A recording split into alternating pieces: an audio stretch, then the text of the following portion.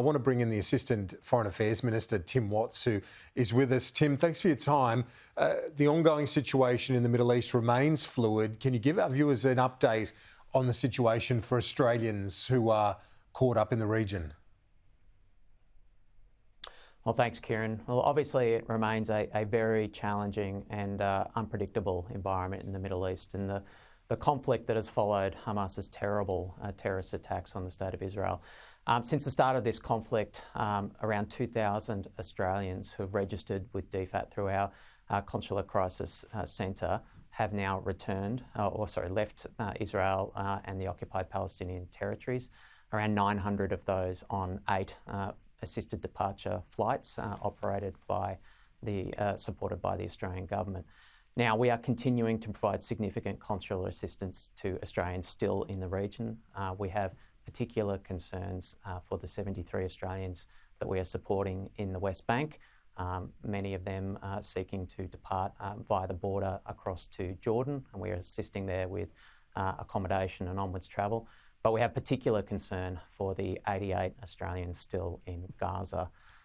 We have been working, it's a very distressing situation for those Australians and their families. We're in direct contact with them. We are focusing our diplomatic efforts with other countries in the region, with the United States, with Egypt, to facilitate passage for those Australians through the Rafah crossing. Unfortunately, like for all other countries, that has not been successful at this point. But if we are able to facilitate that crossing at the Rafah crossing for those Australians, we are already working on onwards travel and accommodation for them. There has been a call for a humanitarian pause. The UN voted for such a truce. The government abstained due to the UN ambassador wanted more explicit condemnation of Hamas. But do you accept that a humanitarian pause would also be a chance for some respite for Hamas to regroup? Well, Kieran, we've been calling for a humanitarian pause to enable sustained, safe humanitarian access to Gaza, to provide the water, the medical supplies, the sanitation, the services that are essential for the sustainment of health. There is very significant ongoing suffering in Gaza from innocent civilians. And that's why we also committed a $15 million relief package through trusted partners to provide that assistance. As you said, in the United Nations vote, we voted against that. We abstained from that motion alongside 45 other countries because we, while supporting the substance of the motion, thought it was incomplete and that a motion like that could not proceed without condemnation of Hamas, the instigator of this conflict and the terrible terrorist attacks that they have mounted. Similarly, that we thought that there should be a way to recognise Israel's inherent right to exist through that motion, while also recognising the legitimate aspirations of the Palestinian people for a state of their own.